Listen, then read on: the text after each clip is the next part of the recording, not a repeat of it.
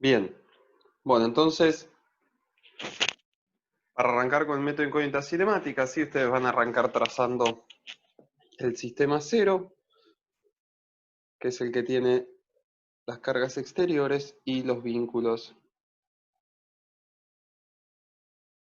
que imponemos en el lugar de las coordenadas cinemáticas, es decir, giro, empotramiento, ¿va? Y acá tenemos R20, R10 y P. Bien, entonces, permítanme, les voy a compartir la tabla de rigideces en segundo orden.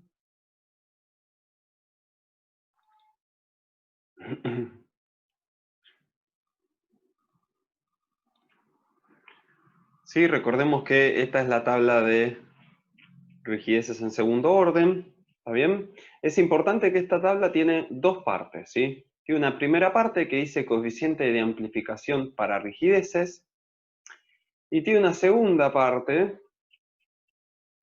que viene después de esta tabla, que dice coeficientes de aplicación para términos de causa, ¿sí?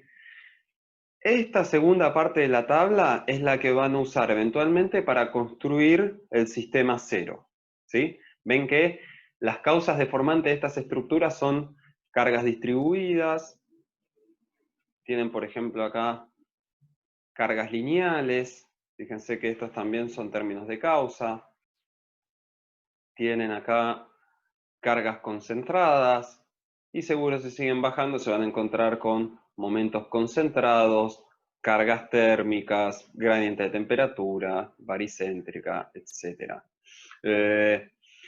Entonces, para armar el sistema cero van a tener que usar estas segundas partes de las tablas, ¿sí? Fíjense, por ejemplo, nosotros estábamos ahora en la condición de, estábamos en esta condición, empotrado con un apoyo móvil a la derecha, así que nos vamos a guiar por esta tabla, ¿sí? Vamos a quedarnos con estos valores de phi que nos están indicando acá con estos momentos, ¿sí? Ahora vuelvo un segundo. Después está la primera parte de la tabla, que es la que usamos la clase pasada para construir el sistema 1, el sistema 2, ¿sí? Son tablas para rigideces. ¿Cuál es la diferencia? Que acá las causas deformantes son seguimientos unitarios, ¿sí? Seguimiento unitario, seguimiento unitario, acá hay un giro unitario. Entonces, estos phi son los que van a usar para construir la matriz de rigidez, ¿sí?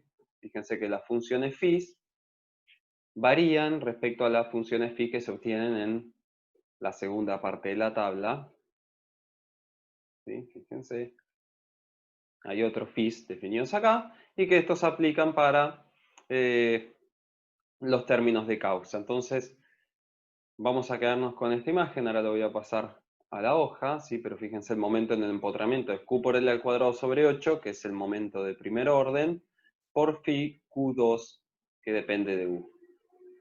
Y después el corte vale 5 octavos de Q por L, cerca del empotramiento, y 3 octavos de Q por L en el apoyo móvil. Bien, entonces, eso para mostrarle la tabla, ¿sí? Quiere decir que esta viga de acá, que es la que buscamos recién en la tabla, si uno va a hacer el despiece, tiene un momento acá que, perdón, es al revés, con la flecha hacia abajo, vale Q por L al cuadrado sobre 8, momento de primer orden, por phi Q2, que depende de U, B. Vamos a ponerle a esta barra A y a esta barra B. Bien, y entonces, con eso ya tenemos el momento de esta barra. Nos falta poner el corte, que lo voy a poner con verde.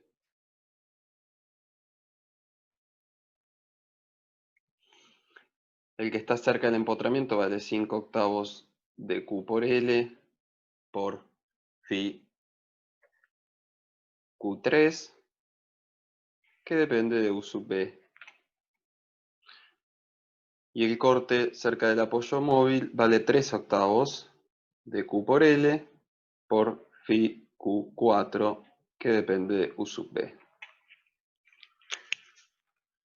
Bien, entonces, ¿sí? Fíjense, acá hicimos el despiece. Con esto podemos, si ponemos acá en evidencia en este nudo R20 y R10, pueden encontrar las rigideces, ¿sí? R10 vale menos Q por L al cuadrado sobre 8 por phi Q2, que depende de U sub B, y R20 vale 0. ¿Está bien?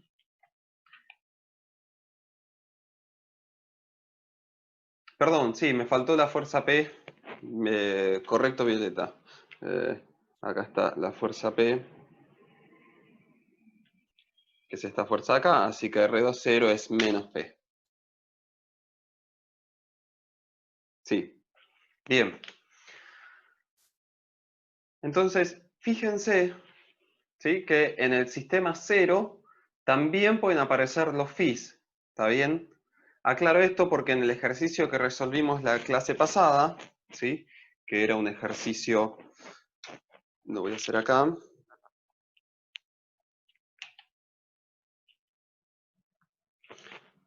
La clase pasada resolvimos este ejercicio.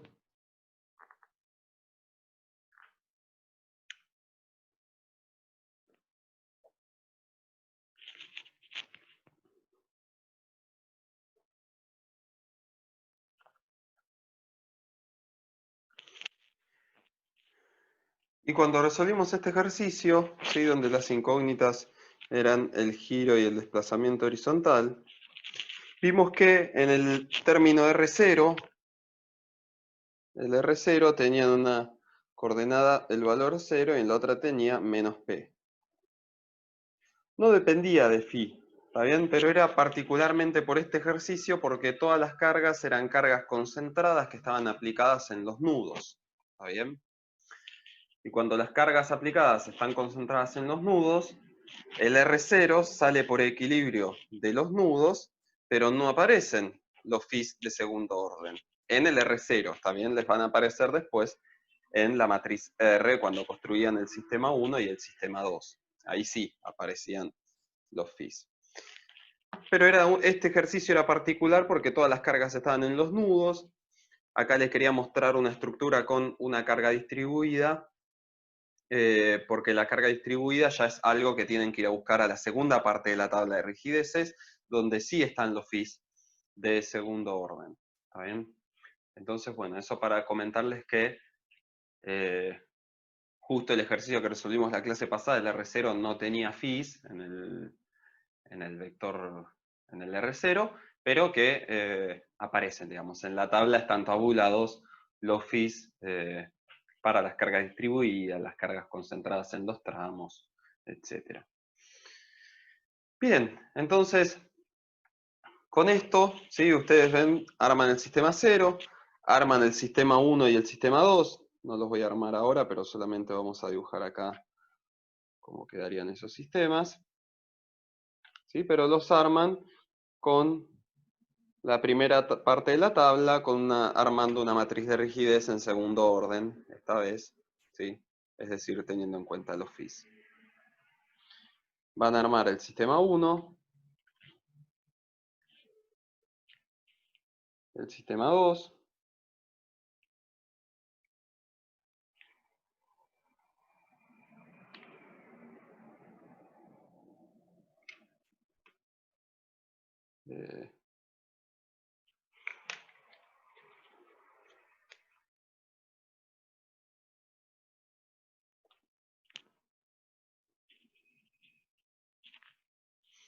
sistema 1,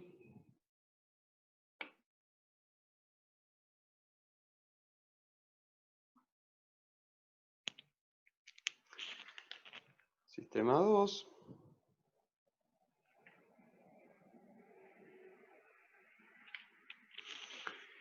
Y entonces de acá van a sacar R11, R21, de acá sacan R12, R22. ¿Está bien? Y entonces, una vez que tienen esto, ¿sí?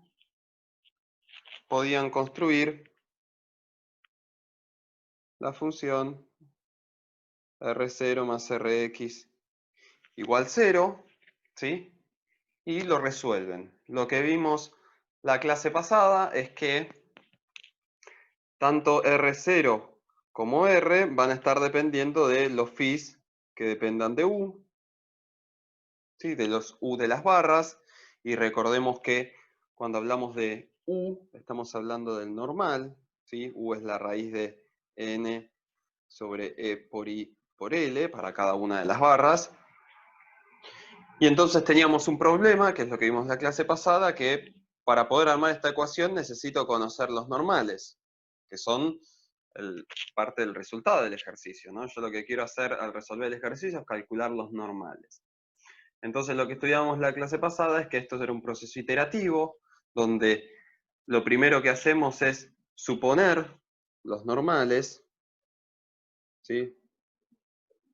Vamos a ponerle normal asterisco. Con los normales asterisco calculábamos los U. Con los U podíamos armar la ecuación de equilibrio R0 más R por X igual 0. Con esto podíamos resolver cuánto valía X y lo superponíamos para volver a calcular los normales, ¿sí? Entonces voy a pasar de hoja, ahora vuelvo un segundo, excelente de terminar de copiar, pero esto se volvía entonces iterativo, ¿sí? Partíamos de un n asterisco, que era un supuesto, para calcular los u asteriscos. Con esto entrábamos a R0 más R por X, igual 0, y con esto, ¿sí? Previo a calcular cuánto valía la incógnita X, podíamos calcular el diagrama de momentos y el diagrama de normal. Como acá tenemos calculados nuevamente el diagrama de normal, podemos calcular los U. Y entonces lo que vamos a hacer es verificar si estos U se asemejan a los U que habíamos encontrado al principio. Lo más probable es que en esta primera iteración no se parezcan, porque estos normales los estimamos. Entonces, como no se parecen, van a volver con estos U a armar la ecuación R0 más R por X igual 0, van a despejar X, sacan momento y normal, y cuando llegan al final se fijan si estos U se parecen a los U que habían usado al principio de la iteración, y así hasta que lo resolvemos. ¿Está bien? ¿Alguien necesita terminar de copiar? ¿Puedo volver un segundo? Si no, seguimos adelante. A ver. Díganme si esto...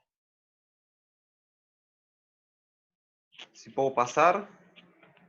Bien. Avísenme cuando terminen de copiar y seguimos.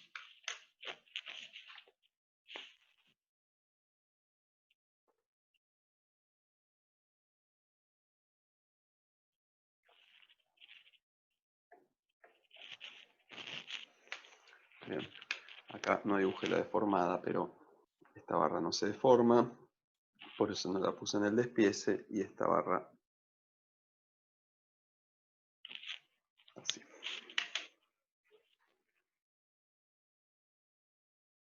Ups. Aguardame un segundo.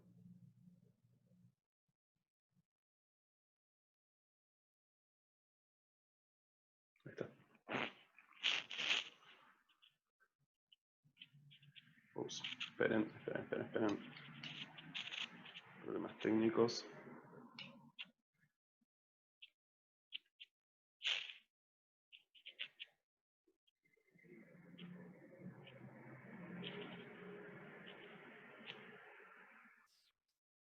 Aguardame un segundo. Esperen que se me... Ahí está. Se desconfiguró todo. Bien. Ahí va.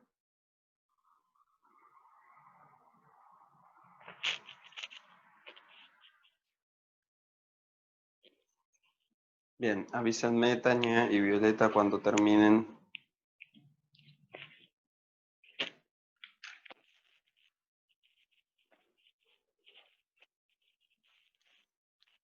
Bien, perfecto. Entonces, ¿sí?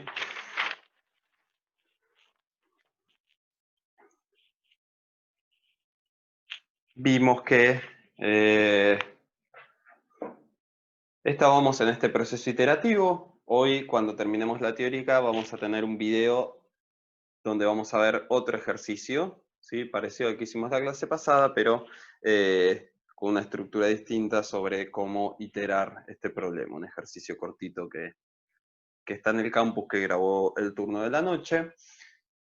Y así refrescan, ¿sí? El tema este de la iteración, pero recuerden que lo importante es esto, ¿sí? Como R0 más R tienen en los dos casos los factores φ, ¿sí? De corrección, necesito conocer los normales. Entonces, como no los conozco al principio, o los supongo, o los saco de una resolución en primer orden, y uso eso para empezar a correr la ecuación, ¿sí? Y a despejar cuánto vale x, con eso sacar los diagramas de momento y normal, con los normales saco los u, y con eso vuelvo a entrar a la ecuación y lo resuelvo, saco los u, así hasta que en dos pasos sucesivos eh, los valores de u no difieran en más de un 5%, por ejemplo, ¿no? Como un criterio de corte.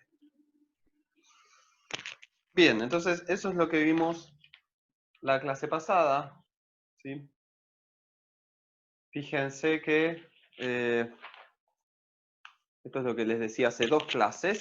Conceptualmente, el procedimiento que vamos a hacer es muy parecido a lo que hacemos en primer orden, solo que acá vamos a construir una matriz de rigidez en segundo orden con otra tabla. Y cinemáticas, lo único que cambia es esto de que necesito iterar porque si no, no tengo los valores de u para saber cómo armar la ecuación o cómo entrar a la tabla a buscar los φ. Bien, hay otro comentario que me gustaría hacerles del método de incógnitas cinemáticas y que es lo siguiente. Vamos a armarlo así.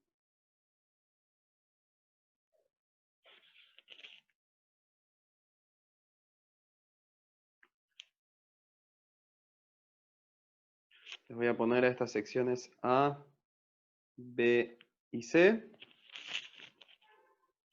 Vamos a ponerle, por ejemplo, una carga distribuida.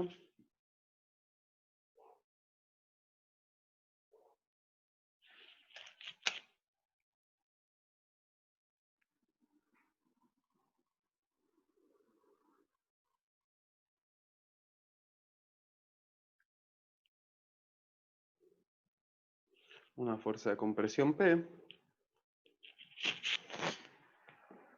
¿Y cuáles le parece que son las incógnitas cinemáticas de este problema?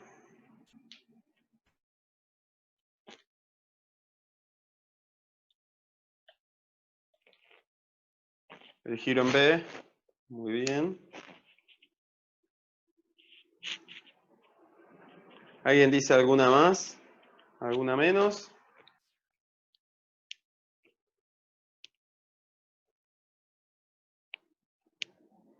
Bien, hasta acá, ¿sí? Lo que esperaba que me respondan era correctamente el giro en B, ¿sí? Y efectivamente, si estuviésemos en teoría de primer orden, ¿sí? Alguien me puede decir, bueno, en el tramo BC, ¿sí? Es una viga en voladizo, entonces es un isostático. Si bien yo no conozco en C cuánto vale el desplazamiento vertical o el giro, sé que el momento vale 0, sé que el corte vale 0, entonces no restringíamos nada en este extremo. ¿Está bien? Bien, eso es lo único que ahora no van a poder hacer en segundo orden, ¿sí? Cuidado porque este tramo, si bien es un isostático, tiene una fuerza de compresión y entonces el punto C va a sufrir una deformación adicional por el efecto P delta, ¿sí? Es decir, cuando esta barra se empiece a posicionar en la posición deformada, ¿sí? Este esfuerzo P, que en realidad va a estar aplicado por debajo, va a generar un mayor momento en este nudo que vale P por un delta adicional, y entonces eso se va amplificando, y no sabemos cuánto vale el descenso de este nudo por los efectos de segundo orden. Entonces lo vamos a tener que restringir también, x1 y x2. ¿Sí? Esto porque la barra está comprimida. Si la barra no estuviese comprimida, esa barra no se espera en efecto de segundo orden y puedo reducir todas las fuerzas al vínculo B. Entonces, en ese caso, ¿qué quiero decir? Imagínense esta estructura.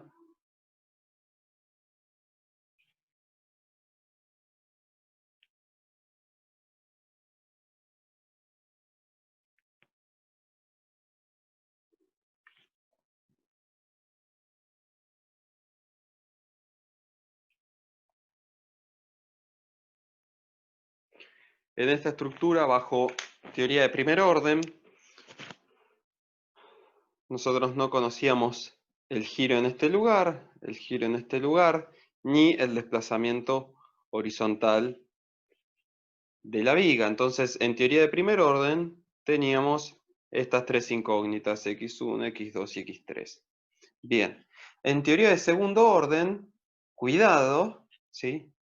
Porque estas dos barras, ¿sí? Que son isostáticas, hay una que está comprimida ahora, que es esta barra que tiene un esfuerzo P. Entonces, como esta barra va a sufrir una deformación, que no sé cómo será,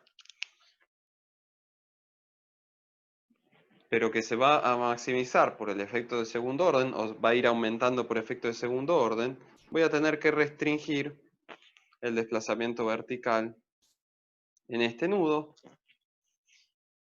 Sin embargo, esta barra, como no está comprimida, ¿sí? Porque ven que el extremo está libre, entonces en este nudo puedo no restringir el desplazamiento vertical porque eso sí es un isostático y no tiene efectos de segundo orden porque no está comprimido. ¿Está bien? Entonces cuidado con sacar los tramos isostáticos en barras que están comprimidas, ¿sí? Cuando yo cursaba la materia y era un estudiante como ustedes, mi parcial era un ejercicio así.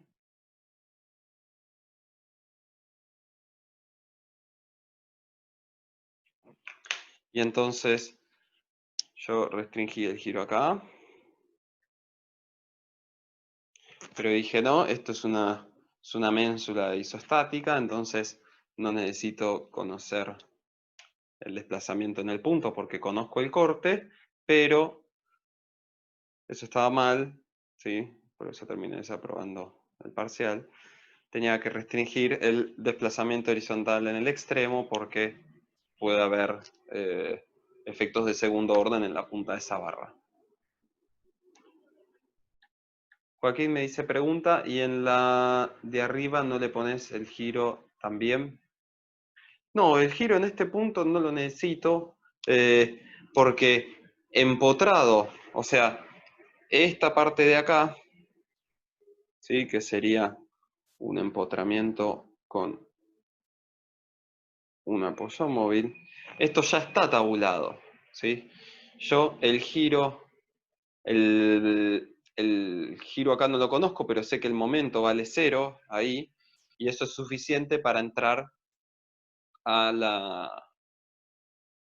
para fijar una condición de borde, y esto ya está en la tabla, entonces esto es algo que vos ya podés ir a buscar a la tabla de rigidez en segundo orden. Bien. Bueno. Sí, esto comentario. Ah, y pregunta, a ver.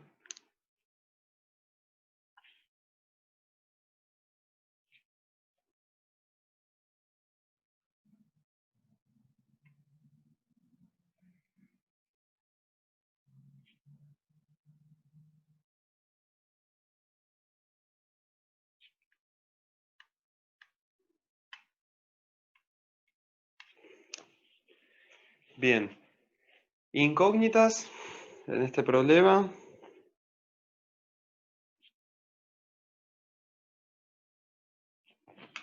Vamos a ponerle a los nudos 1, 2, 3 y 4. ¿Cuáles son las incógnitas en este problema?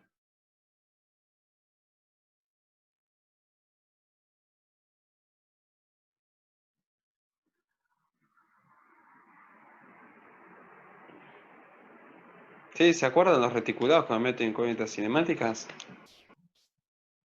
¿Qué restringíamos?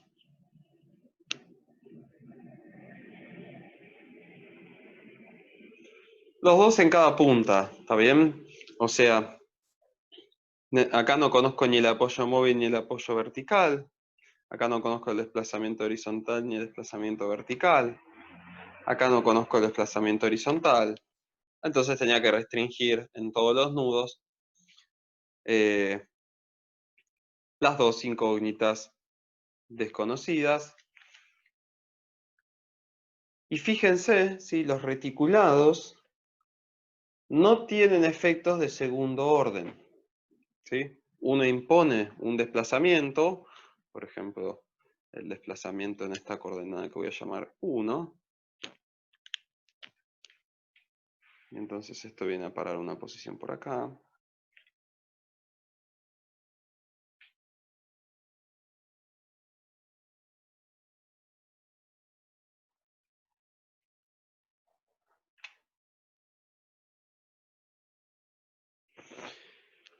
Sí, entonces ustedes pueden sacar cuánto vale cada una de las rigideces para este sistema.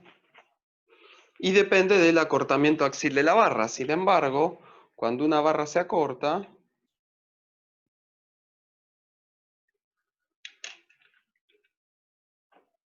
vamos a escribirlo así. Cuando una barra se acorta, pongo un segmento de vínculo.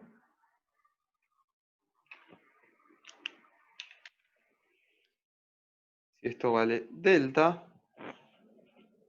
entonces el normal de la barra, lo voy a dibujar acá abajo, esto está comprimido y vale vale E por A sobre L por delta L. E por A sobre L por delta L. Pero en ningún lado hay fis de segundo orden, ¿sí? En una barra biarticulada, cuando solo hay normal, el normal no se modifica por los efectos de segundo orden. Lo que se modificaba era el momento flexor y el corte, que es lo que estudiamos cuando cambiamos la elástica vertical en segundo orden. Pero la elástica horizontal surge de la misma ecuación diferencial que el primer orden. Nosotros vimos que la variación del normal respecto de x dependía únicamente de la carga distribuida Q de x. ¿Sí? Entonces, la ecuación de la elástica en la dirección de la barra no cambia respecto a la de primer orden, y entonces, en un reticulado donde solamente hay esfuerzos normales, es decir, no hay flexión y corte que se modifiquen por efecto de segundo orden, entonces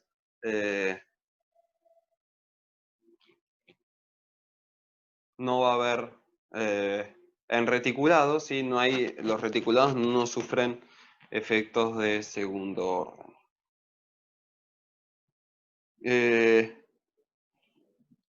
Jan dice si tengo barras isostáticas se puede eliminar. No, justamente lo que habíamos visto acá arriba es que cuando tenés una barra que es isostática, si esa barra está comprimida, no podés eliminarla, ¿sí?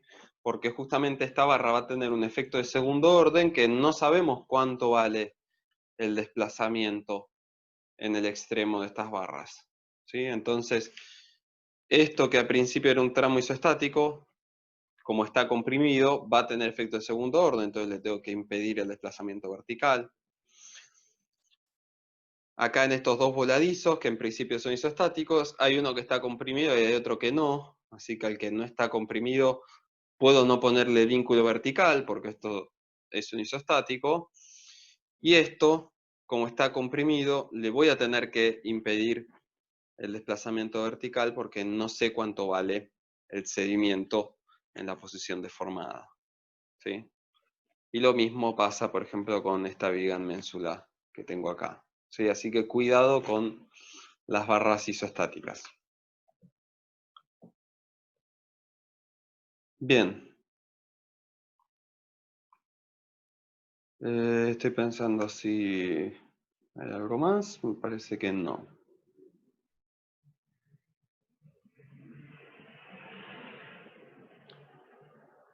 No, el reticulado no sufre efecto de segundo orden. Así que analizar un reticulado en segundo orden es lo mismo que analizar un reticulado en primer orden. ¿Está bien? No hay phis. O sea, fíjate que me queda E por A sobre delta L, E por A sobre delta L. Entonces, cuando yo empiece a sacar los normales en cada una de las barras, que tendré que ver la cinemática del nudo, directamente va a quedar como términos de los que veíamos en primer orden, ¿sí? Así que ustedes lo resuelven en el reticulado como si fuese primer orden. Bien. Bueno, ¿puedo pasar de hoja? ¿O alguien está copiando?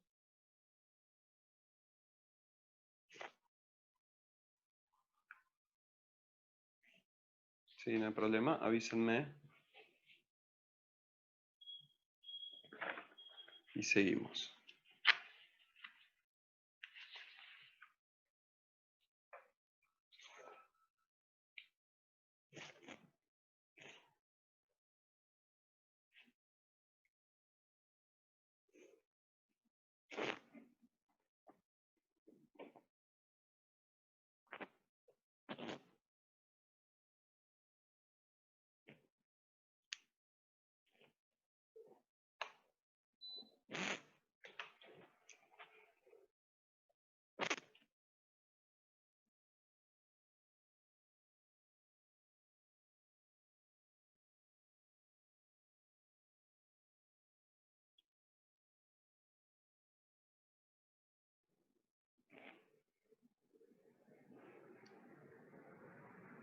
Bien.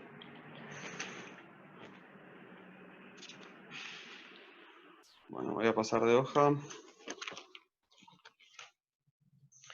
Entonces, ahora sí, vamos a ir metiéndonos en la segunda parte de segundo orden, que es inestabilidad del equilibrio. ¿Se acuerdan la primera clase con Santiago? Resolvieron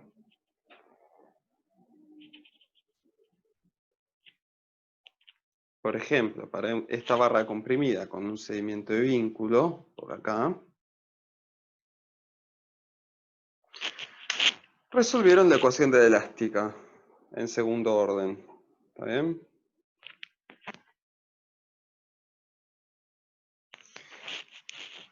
Le hicieron fijando las condiciones de borde, ¿sí? Es decir, W en 0 era 0, W' en 0 era tita, W en L era 0 y W segunda, mejor dicho, perdón, el momento en L era igual a 0. Bien, entonces aplicaron las condiciones de borde con la nueva ecuación diferencial, ¿sí? Proponiendo una solución del tipo W de x igual a C1 por el coseno de K por X, más C2 por el seno de K por X, más C3 por X, más C4. Entonces, ponían las condiciones de borde acá y despejaron que W de x tenía la forma de tita por x más L por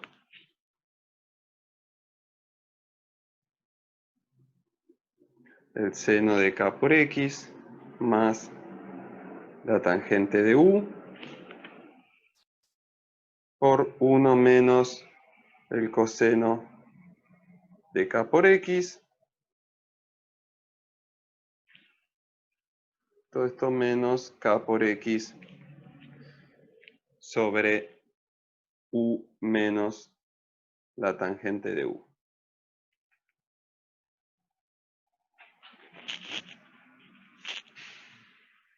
Ahí, perdón.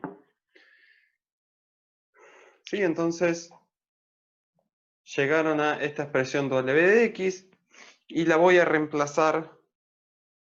Me interesa saber, voy a poner la deformación en L sobre 2, ¿sí?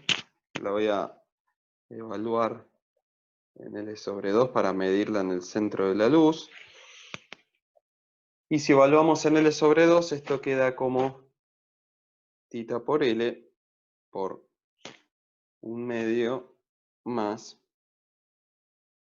el seno de U sobre 2.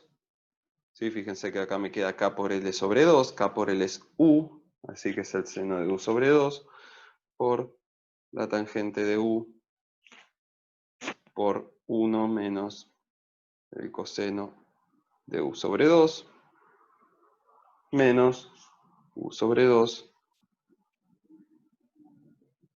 todo esto sobre U menos la tangente de U. Bien, entonces evalué el desplazamiento en un punto de la barra, lo evalué en L sobre 2, pero este análisis es lo mismo en cualquier otro punto de la barra.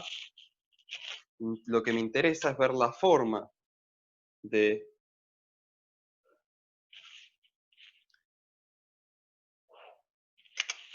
esta función. ¿Qué es lo que quiero graficar acá? A esto lo voy a llamar delta, ¿sí? Si quieren lo podemos llamar delta en L sobre 2. Y es la flecha en L sobre 2. Entonces voy a graficar delta, es decir, cómo varía esta flecha a medida que aumentamos la compresión P, ¿sí? Es decir, acuérdense que hablar de el normal es lo mismo que hablar de U, entonces voy a hacer un gráfico U, le puedo poner entre paréntesis P acá, como para que vean que en este eje tenemos el esfuerzo normal y cómo varía a medida que, cómo varía la flecha a medida que vamos aumentando la compresión de la barra. Bien, si grafican esta función, ¿sí? Fíjense que tienen que graficar delta en función de U, van a llegar a que esto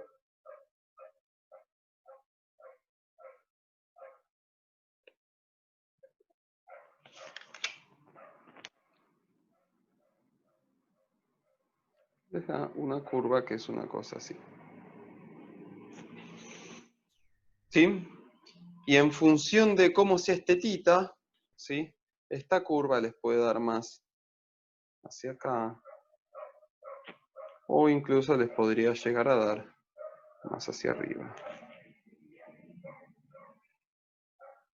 ¿Sí? Esto es cuando θ es grande, digamos, y podemos suponer que esto ocurre para un θ pequeño. Entonces, ¿qué es lo que se observa con este gráfico? Lo que vemos es que, primero, existe un cierto valor de U, que lo voy a llamar U crítico, es decir, existe una cierta compresión de la barra, tal que si yo comprimo la barra con ese esfuerzo, empiezo a ver deformaciones que tienden a infinito o, digamos, deformaciones que no convergen. ¿Sí? Eso es lo primero que tenemos que ver del gráfico. Lo segundo que vemos del gráfico es que este valor de U crítico no depende de θ, ¿sí? Es decir, no importa cuánto valga el cedimiento de vínculo en el empotramiento, hay un valor de P tal que los desplazamientos divergen. Eventualmente, si este θ es grande o pequeño, lo que hace es cambiar la deformación, ¿sí? El valor de esta flecha en el camino de cargas, pero al final, ¿sí? Es decir, al momento de la asíntota, no cambia si yo arranqué con un tita que era pequeño o un tita que era grande. Eventualmente lo que va a pasar es que este efecto o esta amplificación de la flecha será más o menos brusco. De hecho, alguien puede plantear el caso ideal donde me dice, bueno, ¿qué pasa si tita vale 0? Es decir, yo no tengo un seguimiento de vínculo,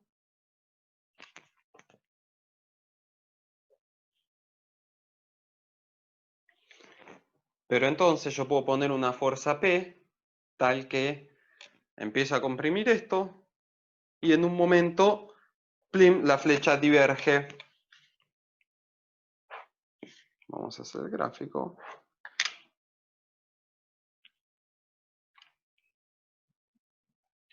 U, es decir, la compresión en función de delta. Incluso si θ es igual a 0, lo que va a pasar ahí es que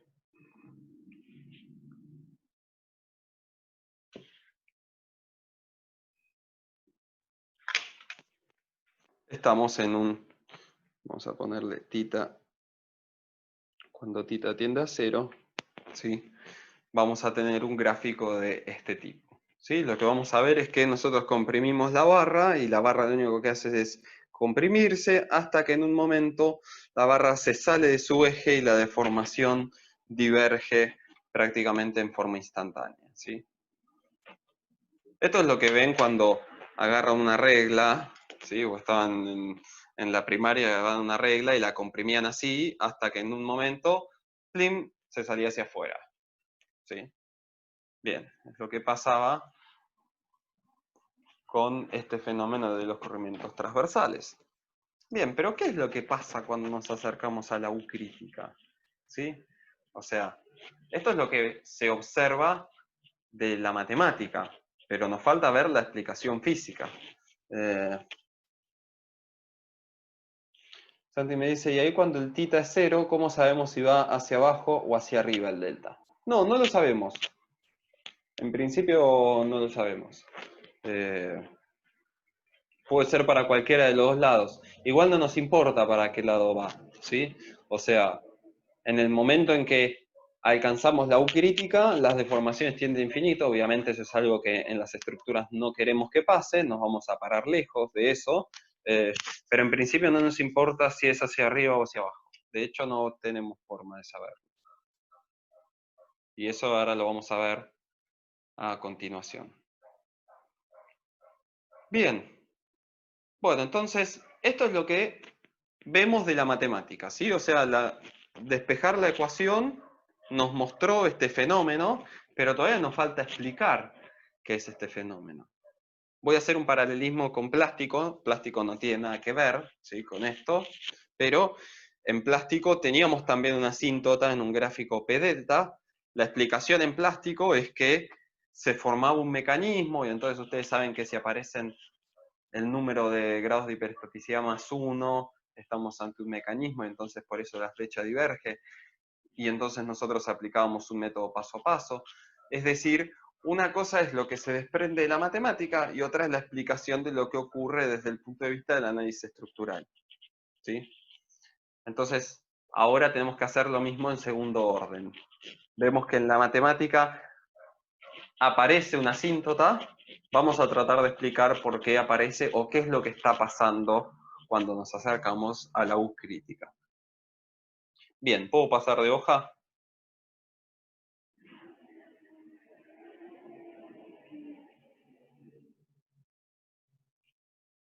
Bien, si nadie está copiando, seguimos.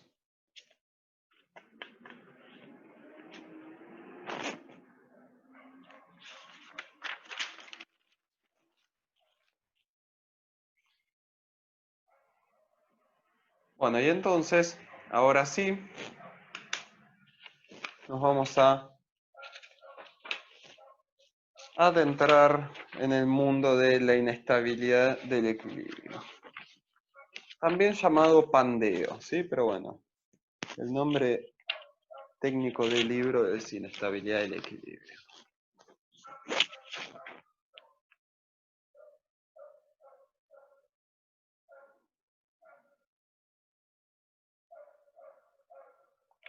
inestabilidad del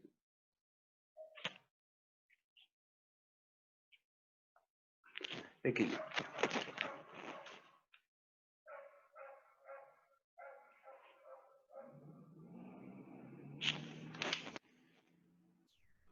Bueno, y les cuento que para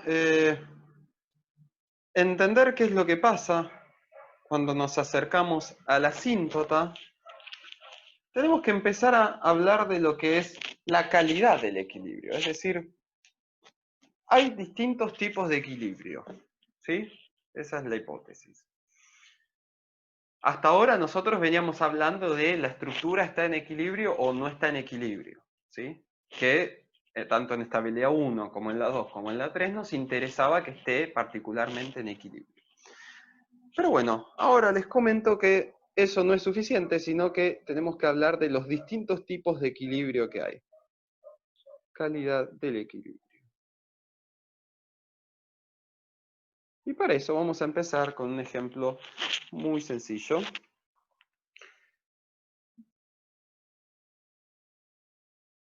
Vamos a poner una pelotita en este valle.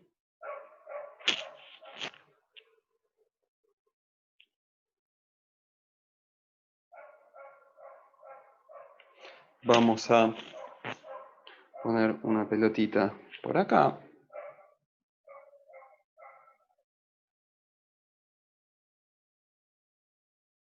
Y vamos a poner una pelotita en esta loma. ¿Sí? En los tres casos, la pelotita está en equilibrio, ¿sí? Yo dejo la pelotita ahí donde está, la pelotita no se mueve. Para estudiar la calidad del equilibrio, ¿sí? Lo que tenemos que hacer es introducir una perturbación que la voy a llamar delta tita. ¿Está bien? Entonces, agarro esta pelotita y la muevo un delta tita hacia alguno de los costados. Y entonces lo que vemos en este primer caso es que si se produce la perturbación delta tita, la esfera va a volver a la posición inicial. ¿Está bien? Al introducir delta tita, la pelota vuelve a la posición inicial.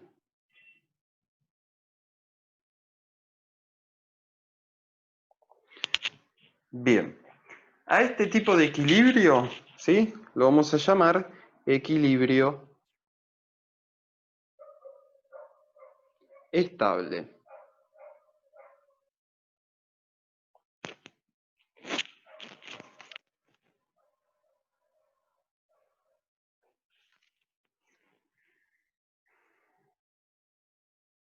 Bien, después tenemos este segundo caso, donde introduzco una perturbación delta tita,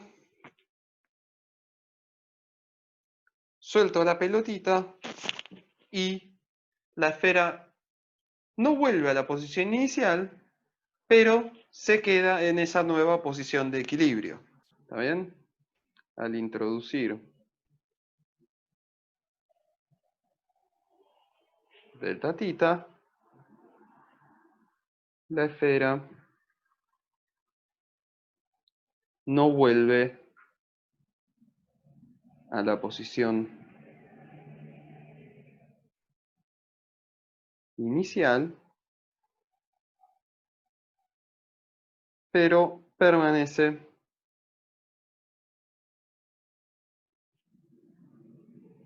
en una nueva posición de equilibrio.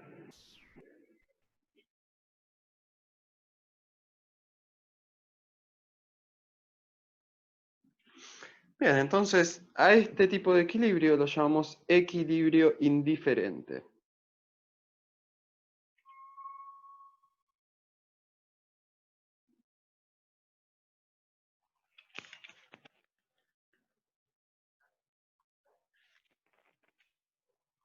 Y por último tenemos la última condición de equilibrio, donde introducimos una perturbación delta tita, y entonces al introducir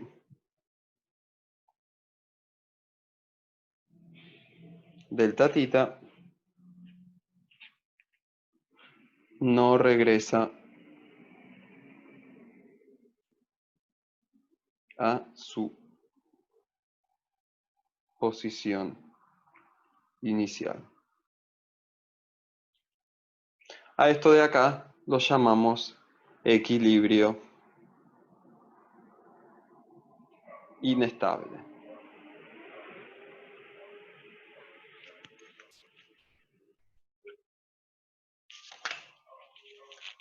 Estos mismos ejemplos, ¿sí?, se pueden esquematizar, por ejemplo, con un cono que está apoyado en una mesa.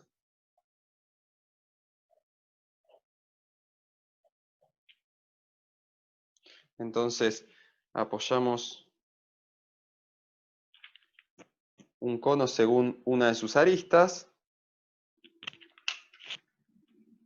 Perdón, disculpen, este dibujo iba acá abajo.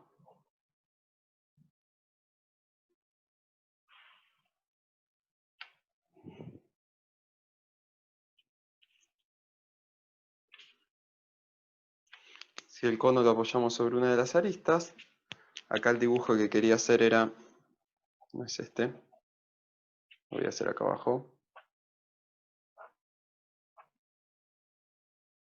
Acá al cono lo vamos a apoyar en la base, y acá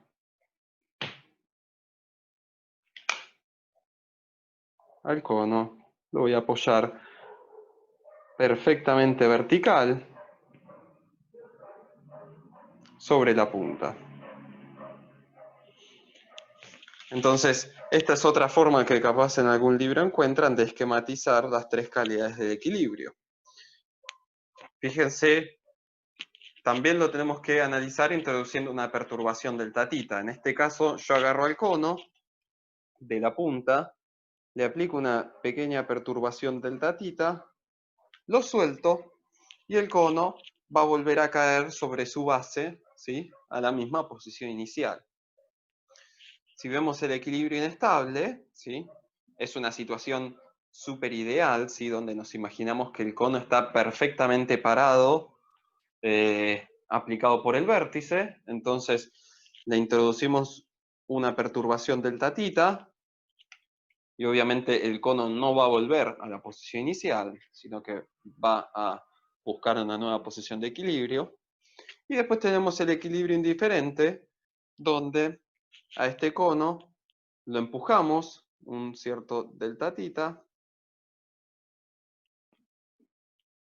y eventualmente el cono va a girar y no es que vuelva a la posición inicial, pero va a permanecer en esa nueva posición de equilibrio. ¿Sí? Este es otro ejemplo para esquematizar los tres tipos de equilibrio. Bien, ¿puedo pasar de hoja? ¿Quién me está copiando?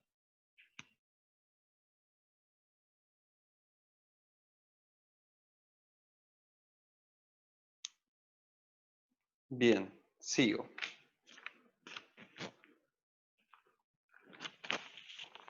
Entonces, bien, nadie me puede decir, ¿y este tipo por qué me está hablando de pelotitas y conos? Entonces vamos a empezar a llevarlo a estructuras. Vamos a arrancar con una estructura muy sencilla y que además se la van a encontrar en algunos manuales, como por ejemplo en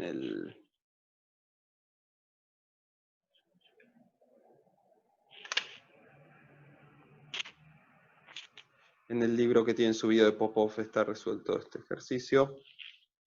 Imaginen que tiene una barra rígida,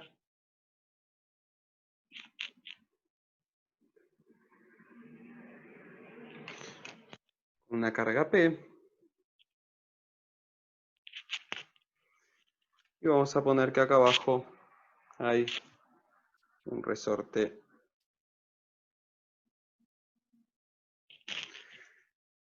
de estos, que es un resorte, sí, al cual le imponemos un giro θ y produce un momento flexor, o un momento, mejor dicho. Y entonces le vamos a introducir una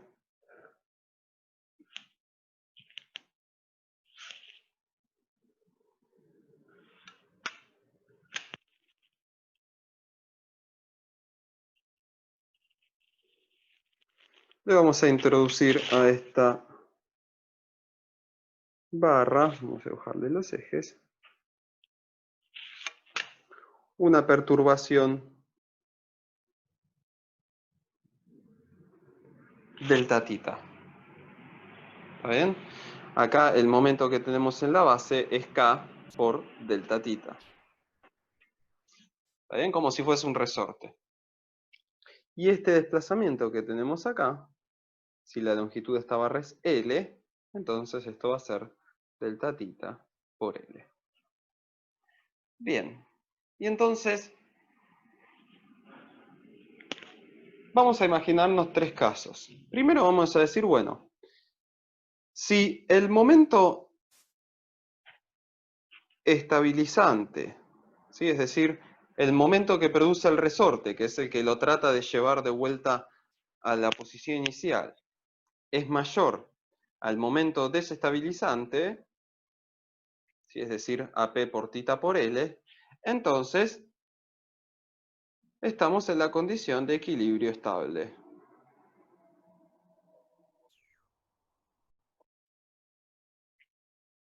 ¿Sí? Si el momento que hace el resorte es mayor al momento que hace P por este brazo de distancia, entonces uno cesa la perturbación delta θ y la estructura vuelve a la posición original, es lo que vimos en la definición de equilibrio estable. Momento estabilizante sería K por delta θ, y el momento desestabilizante sería P por delta θ por L. ¿Sí? Es P por esta distancia. Bien, entonces esa es la condición de equilibrio estable. Alguien me puede decir, bueno, si el momento estabilizante es menor al momento desestabilizante, entonces K por delta θ menor a P por delta θ por L, esto es lo que llamamos equilibrio inestable.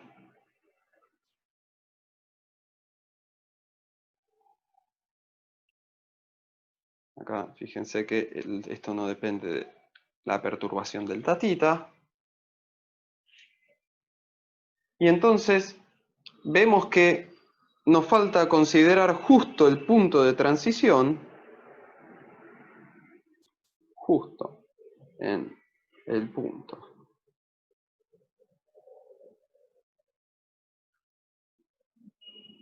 de transición,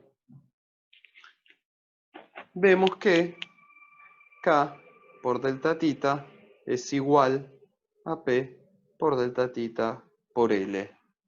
Y esto es lo que llamamos el equilibrio indiferente.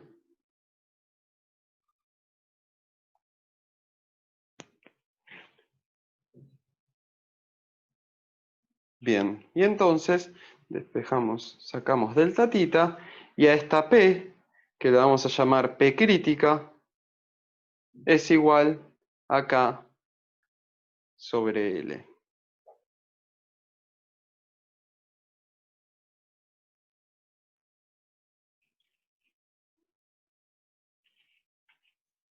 ¿Está bien? ¿Qué quiere decir esto entonces?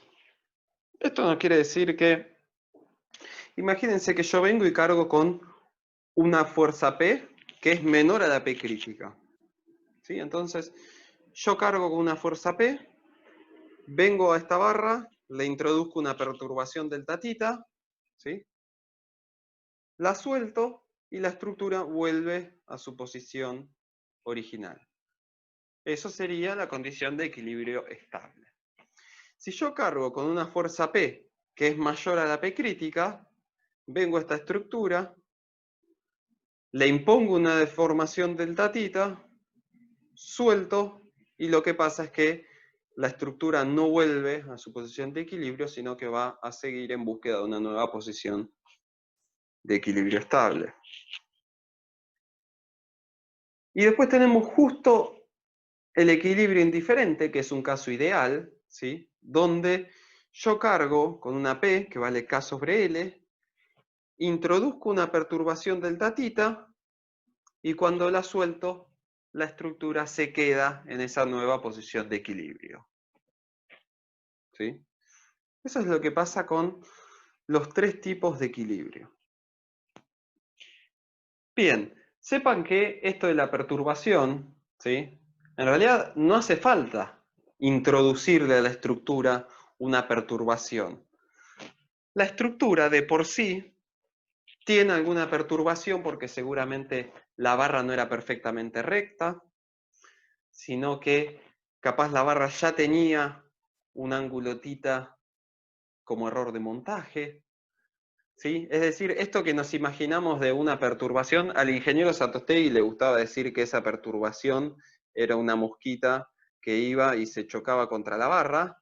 En realidad lo que quería decir es esta perturbación que nosotros nos imaginamos imponiéndole a la estructura, en realidad no hace falta imponerle a la estructura una perturbación. La estructura ya tiene perturbaciones que hacen que si cargamos con una P mayor a la P crítica, automáticamente la estructura vaya a una posición de equilibrio inestable, o que si cargamos con una P igual a la crítica, la estructura vaya a una posición de equilibrio indiferente. Bien.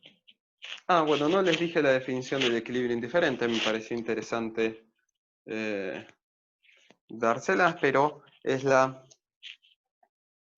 la definimos igual el equilibrio indiferente, pero podemos decir que una estructura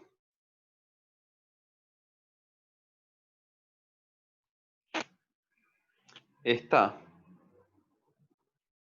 en un estado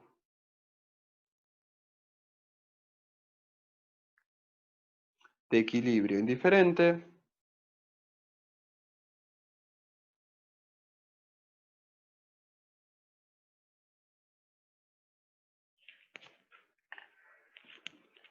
cuando tiene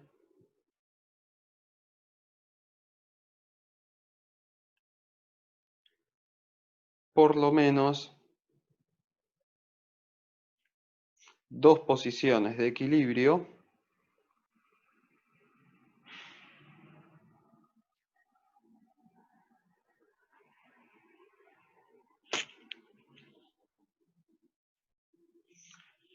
a una distancia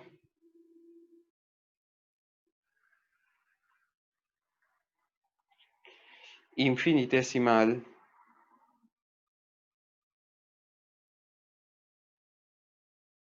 delta tita. ¿Sí? Nada nuevo, ya habíamos definido la posición de equilibrio indiferente, pero se las doy con otras palabras que me parece interesante. Una estructura está en un estado de equilibrio indiferente cuando tiene por lo menos dos posiciones de equilibrio a una distancia infinitesimal delta tita. ¿Sí? Me parece más claro verlo. Avísenme si puedo cambiar de hoja.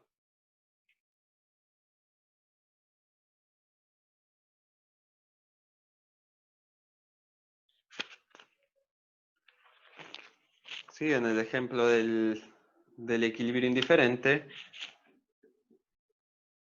acá había dos posiciones de equilibrio que estaban distanciadas un delta tita. ¿Sí? Eso era la condición de equilibrio indiferente.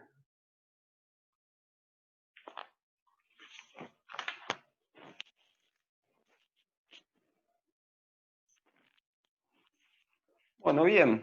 Entonces, Lo que pasa cuando nos acercamos a la P crítica, ¿sí?, es que la estructura se va a encontrar en una condición de equilibrio indiferente, ¿sí? Y por lo tanto,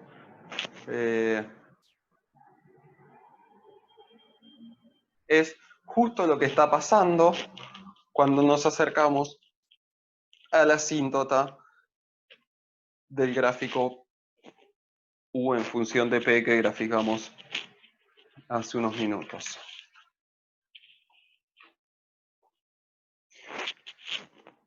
Bien, entonces vamos a pasar de hoja.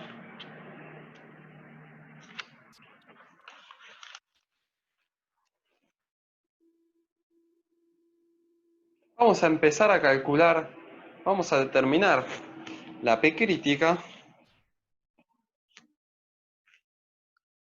Vamos a poner carga crítica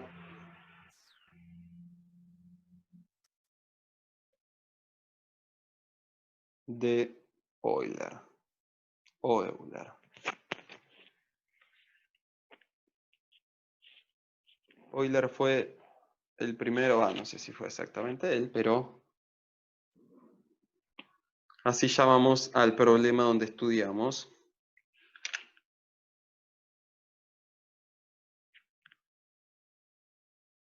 Vamos a ponerlo así, una fuerza P, una fuerza P. Imaginemos que tenemos una barra biarticulada, ¿sí?, comprimida, y entonces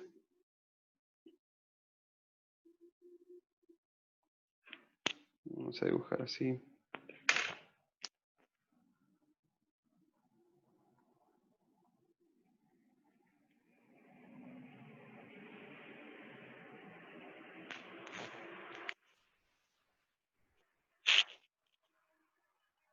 Euler trató de determinar cuánto tiene que valer esta fuerza P para que el desplazamiento transversal de la viga diverja.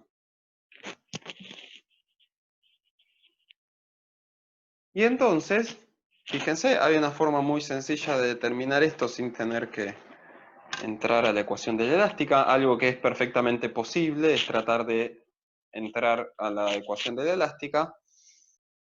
¿Sí? Es decir, acá W en 0 vale 0, el momento en 0 vale 0, y acá W en L vale 0 y M en L vale 0. ¿Está bien? Vamos a poner los ejes. XZ. Una opción para encontrar la carga crítica es entrar entonces a la ecuación de la elástica, pero acá hay una forma más sencilla, lo vamos a hacer más rápido y además es como lo van a encontrar en los libros.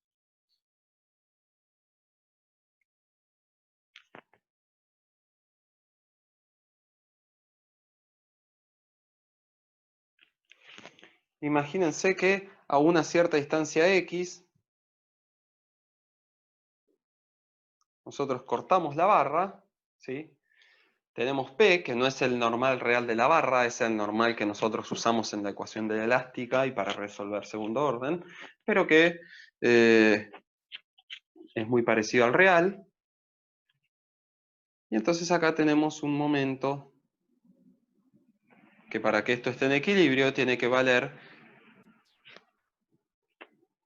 P por esta distancia. Esta distancia de acá no es otra cosa que W de X, ¿sí? Es el valor de la elástica justo en X, y entonces el momento que tenemos acá es igual a P por W de X.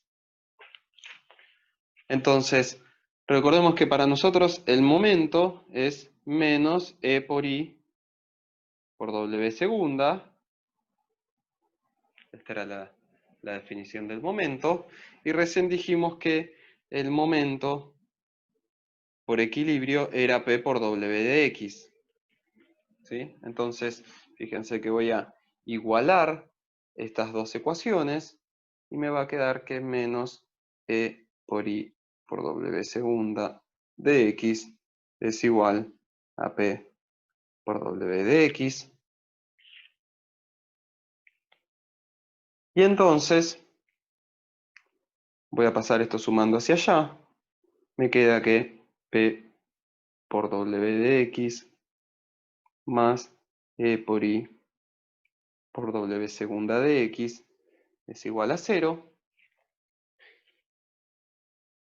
Y entonces voy a dividir todo por E por I.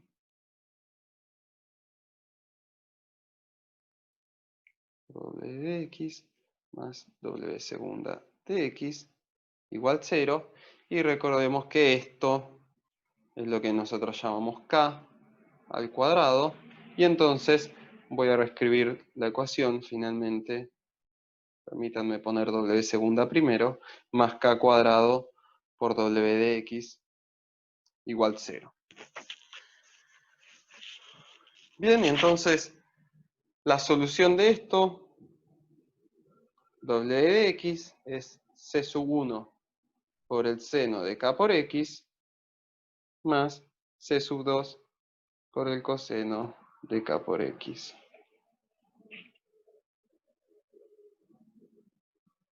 ¿Está bien? Y entonces ahora a esto le tenemos que poner condiciones de borde, ¿sí? Para terminar de sacar C1 y C2. Voy a decir que W en 0 vale 0, es decir, C1 por 0 me da 0, más C2 por coseno de K por X. Esto me quedaría W de 0 es igual a C2 por el coseno de 0, que es 1. Esto da 1. Y esto me tiene que dar igual a 0. Entonces, de esta condición de borde sacamos que C sub 2 es igual a 0.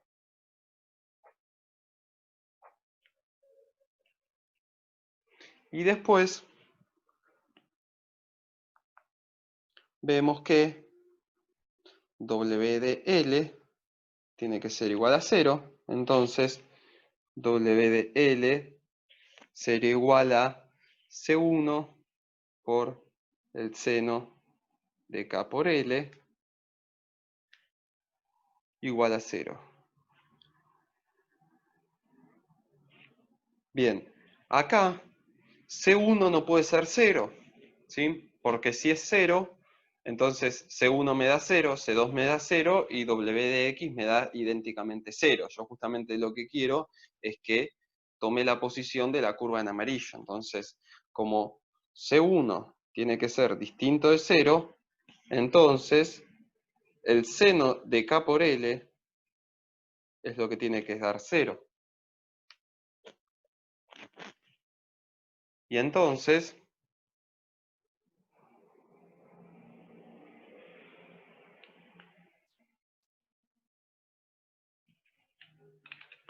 recordemos que el seno da 0 cuando K por L es un múltiplo de pi.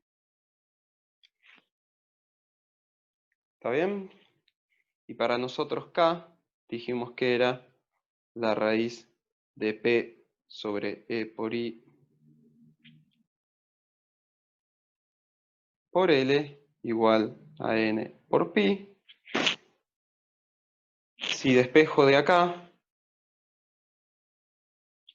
P es igual a N por pi sobre L, todo esto al cuadrado por E por I.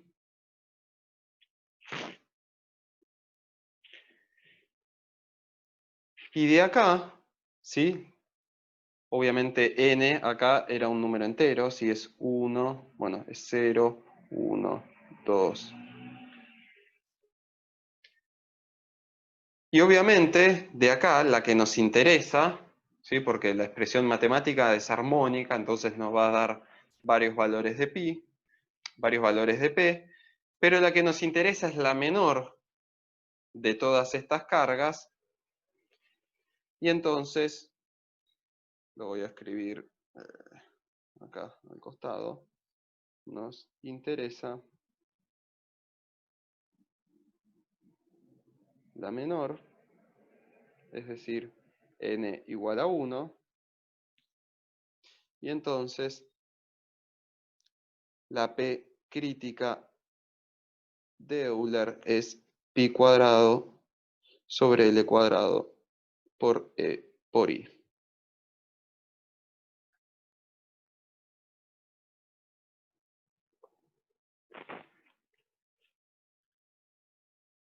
¿Sí? Bien, entonces, repaso. Esto que hicimos acá, ¿sí? Es un poquito un truquito para simplificar la resolución, pero es lo mismo si ustedes partían de la W de X que están acostumbrados a ver en segundo orden, que tiene más C3 por X más C4, y le ponen las 4 condiciones de borde, ¿sí? Hicimos lo mismo. Lo único que hicimos fue tomar este ejercicio y ponerle las condiciones de borde y despejar cuánto valía P. Y entonces llegamos al valor de la P crítica para una barra biarticulada.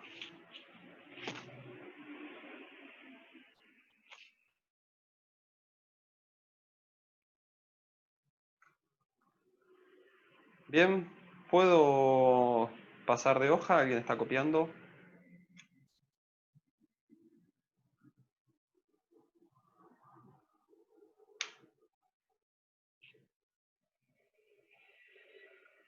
¿Sí? ¿Puedo seguir adelante?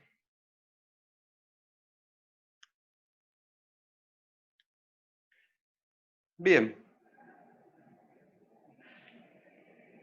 Bueno, yo cuando cursé la materia, yo digo, esto me parece raro, ¿cómo que yo estoy poniendo condiciones de borde en una elástica y de repente despejo una P? ¿No tendría que conseguir una elástica?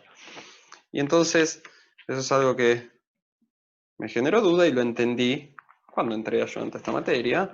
Voy a tratar de mostrárselos, es algo que los libros no mucho lo dicen, pero entonces, ¿qué ocurre con la elástica?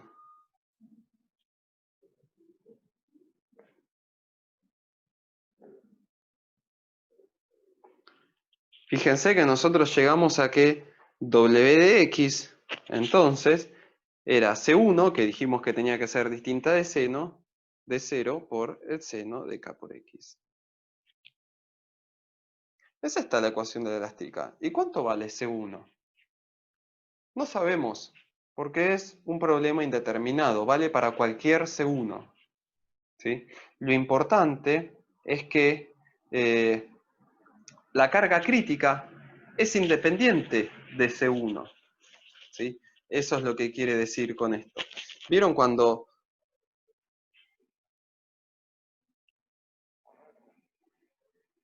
resolvimos esto con un sedimento de vínculo acá? Ahí sí pudimos conseguir una ecuación de la elástica. Pero porque teníamos este ángulo θ, que era esa carga inicial, ¿sí? Entonces, acá pudimos conseguir el valor de esta curva, ¿sí? A lo largo del camino de cargas. Acá teníamos U y P y delta. Bien. Si ustedes hacen la ecuación, si ustedes resuelven esto mismo, pero sin poner θ,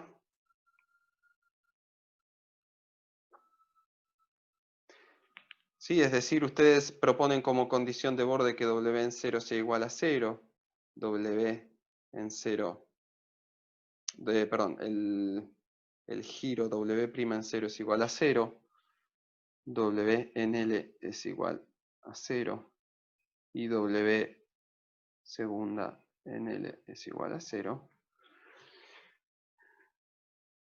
Yo les dije que este problema y este problema tenían la misma carga crítica, ¿sí? Porque no depende del valor de θ. Eventualmente, este caso es el caso ideal donde esto sube prácticamente como una recta hasta que en un momento diverge. Bien, lo que recién hicimos con la barra biarticulada fue exactamente lo mismo, ¿sí? Solo que el problema es indeterminado porque no pusimos una causa deformante que genere esa perturbación inicial, ese θ. P y P. Entonces, cuando lo resolvemos, lo único que conseguimos es el valor de la asíntota U crítica. Hay algunos libros que lo que hacen es poner acá una carga H, es decir, ponen una perturbación, y entonces ahí cuando ustedes entran a la ecuación de la elástica y ponen las condiciones de borde, lo que van a conseguir es la curva, que obviamente no depende de este valor H, el valor de la asíntota. Y entonces lo que consiguen es el valor del U crítico. ¿Sí? Pero en los dos casos, ¿sí?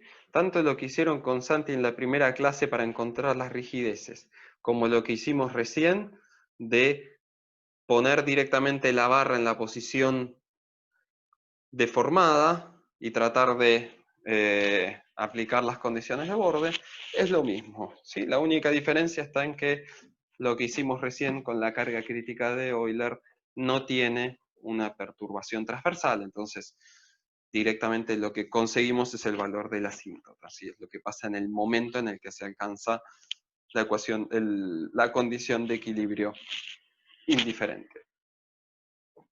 Bien.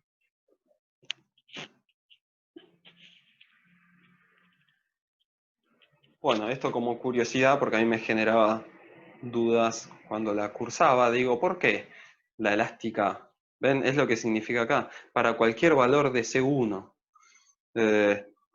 Entonces, no importa qué perturbación transversal tenga la barra, ¿sí? Ya sea una carga horizontal, si sea una excentricidad inicial, porque la barra no era perfectamente recta. No importa cuál es esa causa, al fin y al cabo diverge siempre al valor de la U crítica. Bien.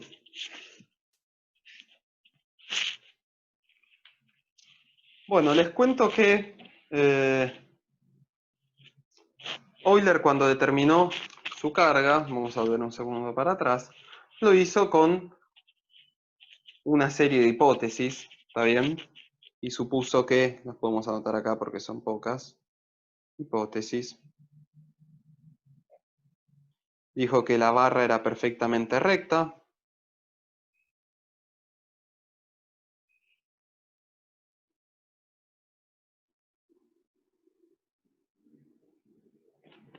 Dijo que era un material isótropo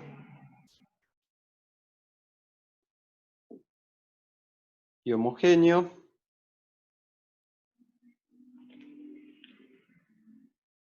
Dijo que la barra era perfectamente articulada.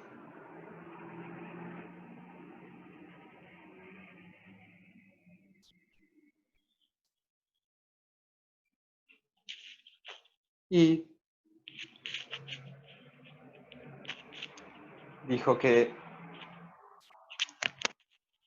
la carga estaba perfectamente alineada con el eje baricéntrico.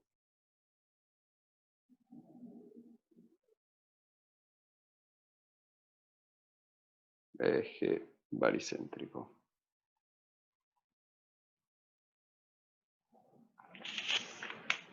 Sí, entonces esas cuatro hipótesis es una barra perfectamente recta, con un material isótropo y homogéneo. La barra está perfectamente articulada, es decir que puede rotar en los nudos sin producir momentos en los nudos. Y la carga P está perfectamente alineada con el eje baricéntrico. ¿Está bien? Esas son las hipótesis a partir de las cuales surge la P crítica de Euler.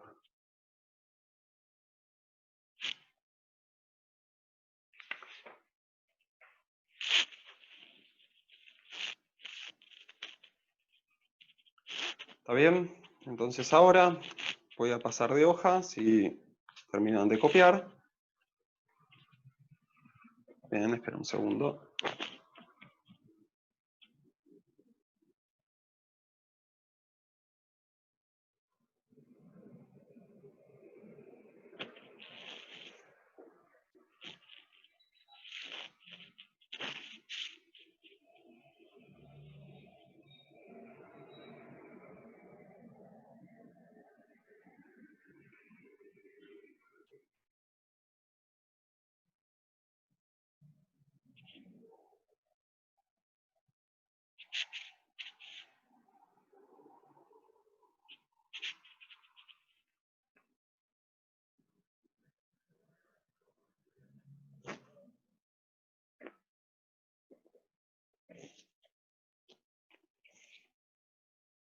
Bien.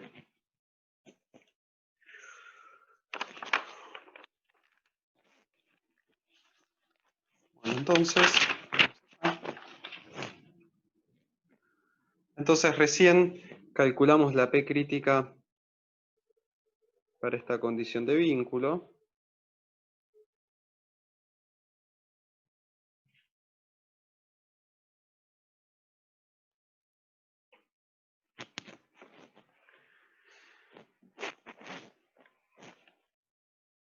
Y después Euler, dijimos que acá la P crítica era pi cuadrado sobre L al cuadrado por E por I. Y entonces Euler después empezó a proponer esto mismo con distintas condiciones de vínculo.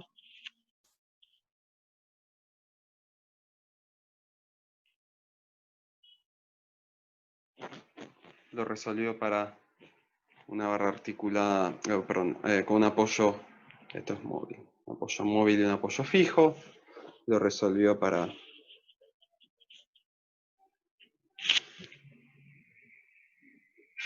ustedes también lo pueden hacer, si lo único que tienen que hacer es entrar a la ecuación de la elástica, que ya saben que tiene la forma de C1 por el seno de K por X, más C2 por el seno de K por X, más C3 por X más C4, le imponen condiciones de borde y calculan cuándo la carga diverge. Y lo que se dio cuenta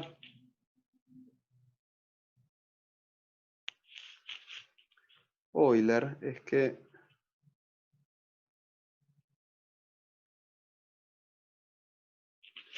si esto es el equivalente al empotrado,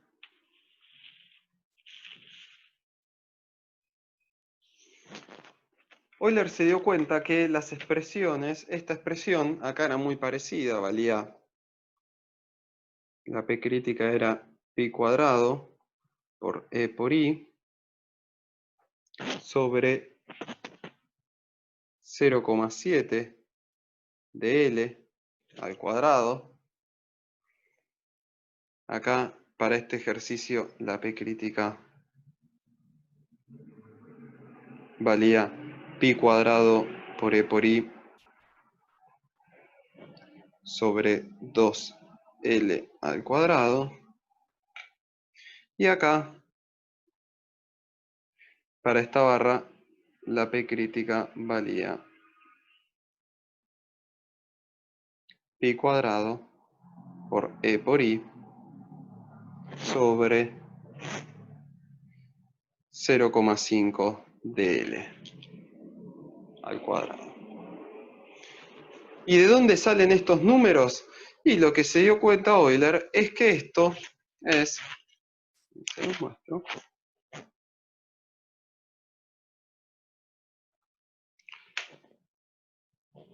algo que llamó longitud efectiva de pandeo.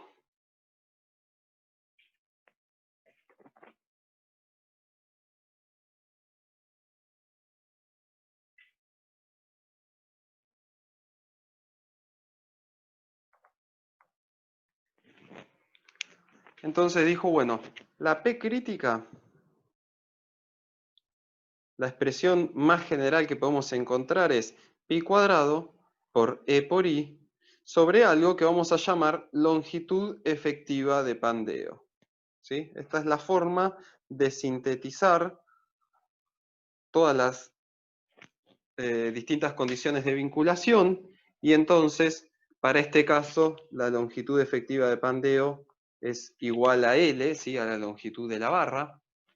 En este caso, la longitud efectiva de pandeo es 0,7 de L, ¿sí? La longitud efectiva de pandeo es 0,7 veces la longitud. Y eso se dio cuenta Euler que era así porque a 0,7 de L es donde aparece el punto de inflexión de la barra. Es el punto donde hay una articulación virtual.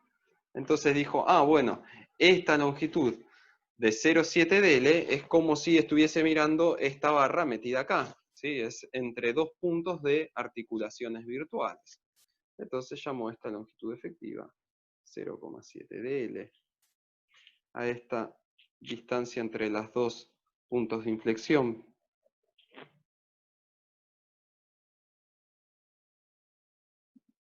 La longitud efectiva es 0,5 veces dL, siendo L la longitud real de la barra. Y para este caso vale 2L la longitud efectiva de la barra, porque lo que dijo Euler es, bueno, me imagino que la barra sigue hasta por acá. Y entonces toda esta longitud entre las articulaciones virtuales da una longitud efectiva de 2L.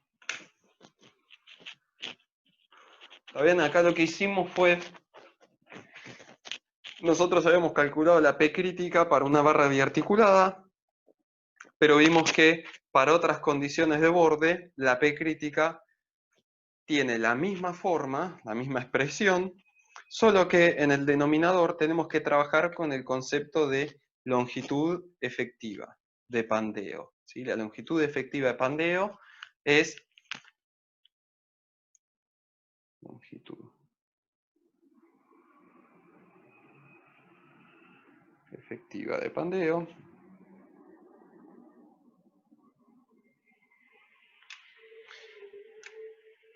es la distancia entre puntos de inflexión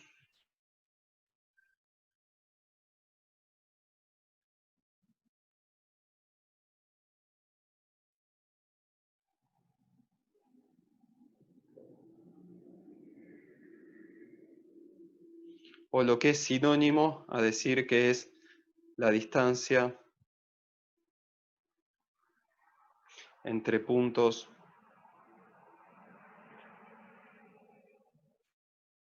de momento cero,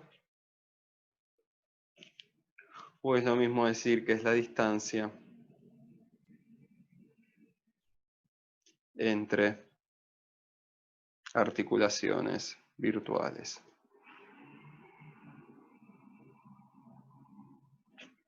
Sí, son tres sinónimos, ya deberían.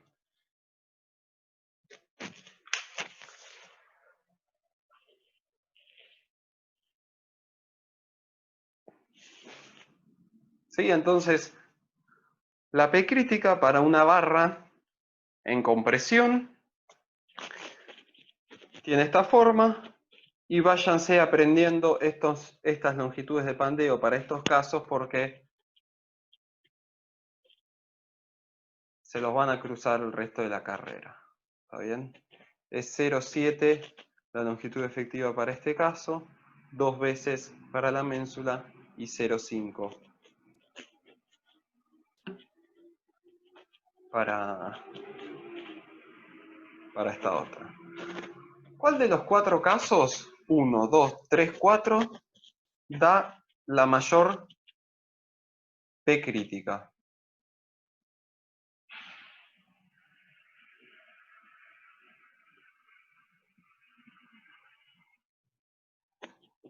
¿Cuál de los 4 casos, ¿sí? 1, 2, 3, 4, da la mayor P crítica? El bien potrado, exacto. O sea, yo lo que necesito es que, para que sea la más grande, necesito que el denominador sea el más chico posible. Entonces, de los 4, la que da la mayor P crítica es la que está bien potrada. Perfecto.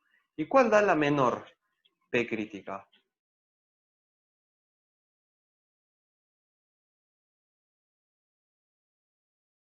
La 3, exacto, porque es el que tiene el denominador más grande. Entonces, fíjense que cuanto más cerca estén los puntos de inflexión, más grande es la P crítica. Cuanto más lejos estén los puntos de inflexión, más chica es la P crítica. Bien.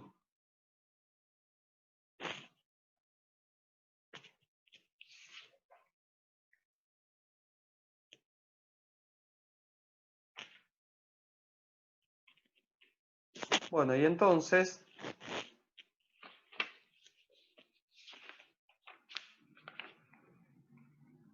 vamos a ver una cosa más. ¿Puedo pasar de hoja?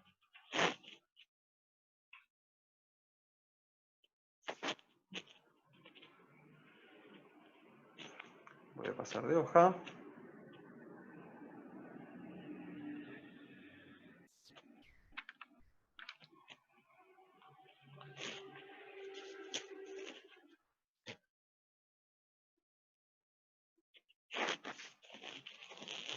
Tenemos entonces que la P crítica es pi cuadrado por E por I sobre la longitud efectiva de pandeo al cuadrado.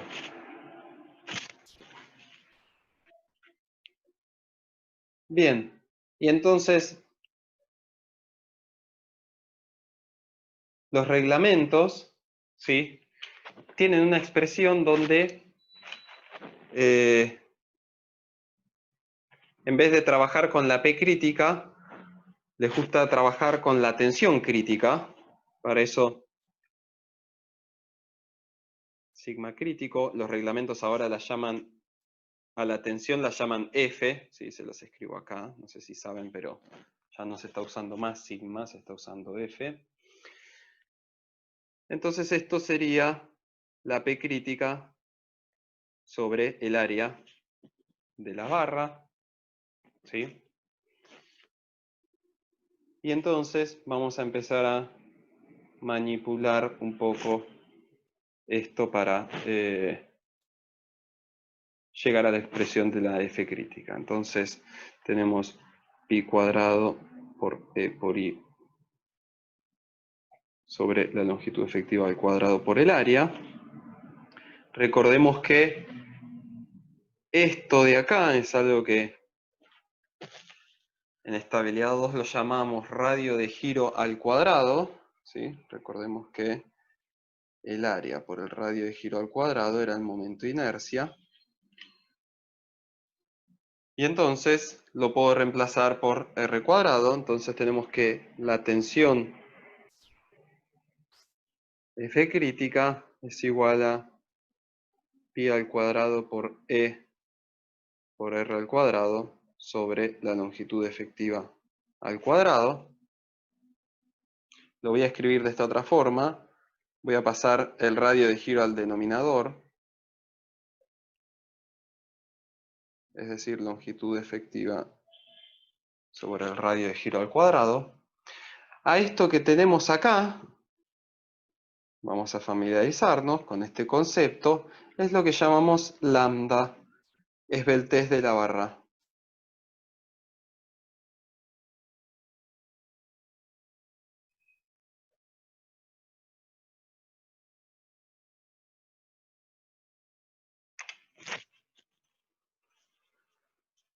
Y entonces, la F crítica vale pi al cuadrado por E sobre lambda al cuadrado.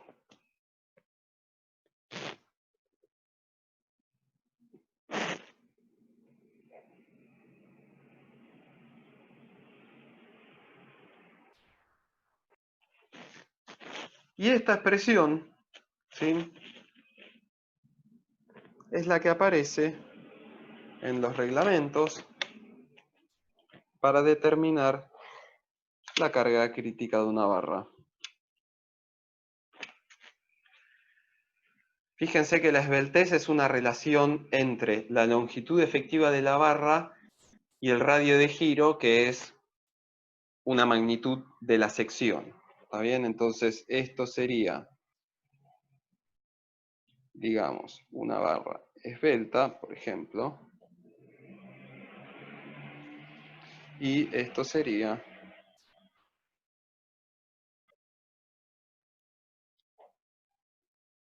una barra no tan esbelta o robusta.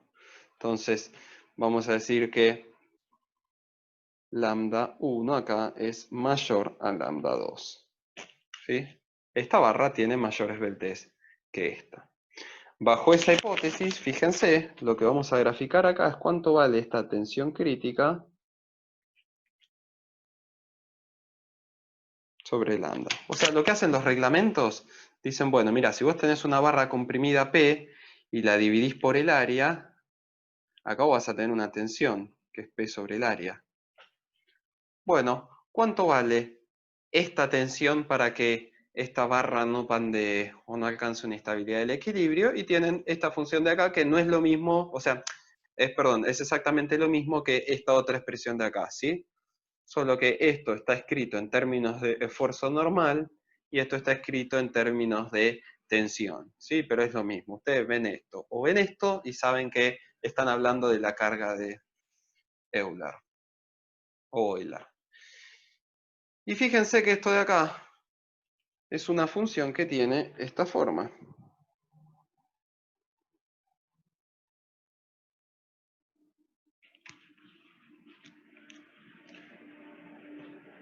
¿Sí? Fíjense que si la barra es poco robusta o la esbeltez es reducida, como sería el caso de lambda 2, vamos a poner acá abajo,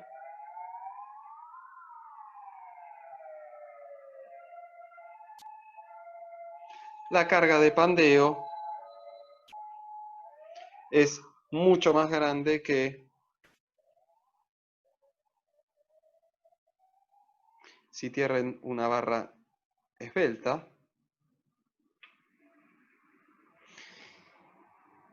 Y alguien lo que se dio cuenta acá es que dijo, bueno, pero pará, porque si la barra es muy poco esbelta, entonces yo tengo un caso donde la carga de pandeo tiende a infinito.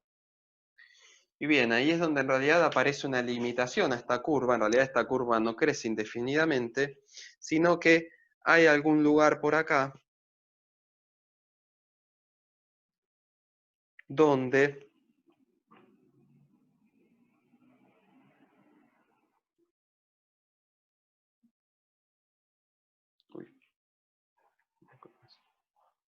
los reglamentos introducen esta zona donde la barra no puede crecer indefinidamente, ¿sí? O no puede alcanzar una tensión infinita sin alcanzar antes sigma de fluencia, o lo que los reglamentos llaman F sub I. Sería ese valor de acá. Entonces,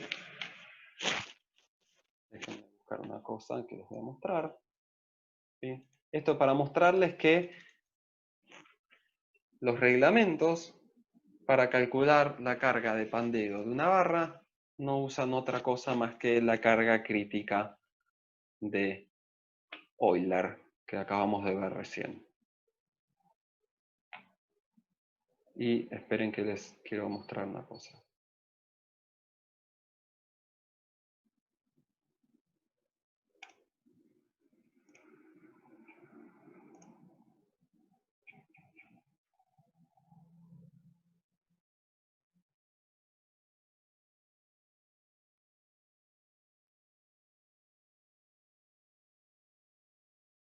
Bien, aguárdenme que estoy buscando.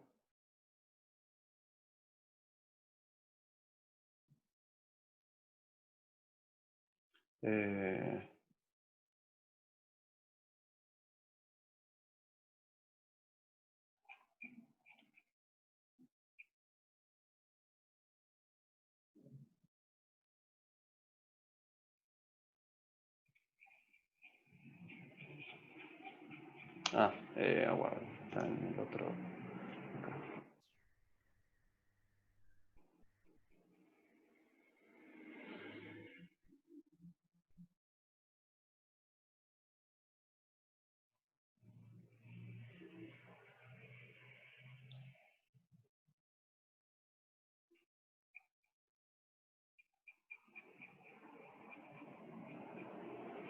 Bien, a ver.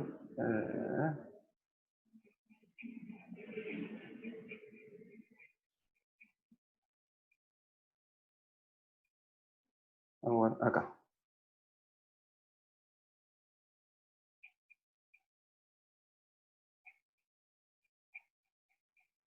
A ver.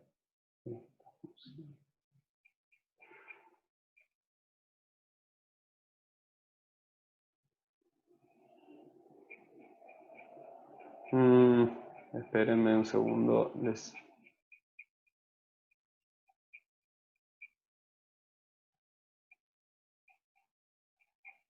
Este gráfico.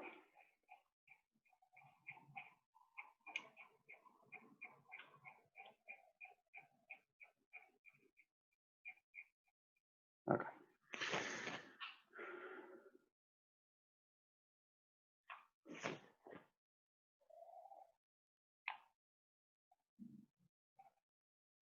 Tania me pregunta, ¿se usa un coeficiente de seguridad para esta curva o se trabaja en el límite? No, efectivamente, los reglamentos tienen coeficiente de seguridad para alejarnos de esta carga crítica también.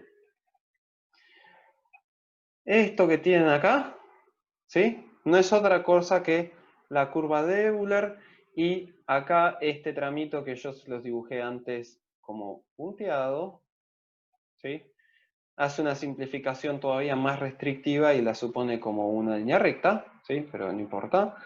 Conceptualmente, vean que esta de acá es la curva de Euler, ¿sí? Y esto de acá es un límite por la plastificación. Fíjense que hay tres rangos, ¿sí? Uno que llama rango elástico, un rango inelástico y un rango de plastificación total. Vieron que cuando arrancamos a hablar en segundo orden, dijimos que se perdía la linealidad cinemática y que estamos considerando válida la linealidad mecánica, es decir, no estamos mezclando segundo orden con plástico. Bueno, lo que pasa es que se pueden mezclar y eso entra dentro del rango de lo que se llama pandeo inelástico. De acá para allá hay que tener en cuenta la plastificación de la barra para el estudio de la carga crítica. Nosotros en la materia nos vamos a mantener en el rango de la P elástica. Es decir, vamos a suponer que la barra es lo suficientemente esbelta como para que pandee sin alcanzar la plastificación antes de alcanzar la carga de colapso. ¿Está bien? Bien. Para nosotros, digamos, se los voy a anotar acá, hay una cierta esbeltez límite, tal que de acá hacia allá es pandeo elástico. Y de acá hacia allá estamos en un rango de pandeo inelástico. Bien, entonces nosotros vamos a trabajar siempre suponiendo que tenemos barras esbeltas y entonces vamos a alcanzar el pandeo sin que plastifique ninguna fibra de la sección, ¿sí?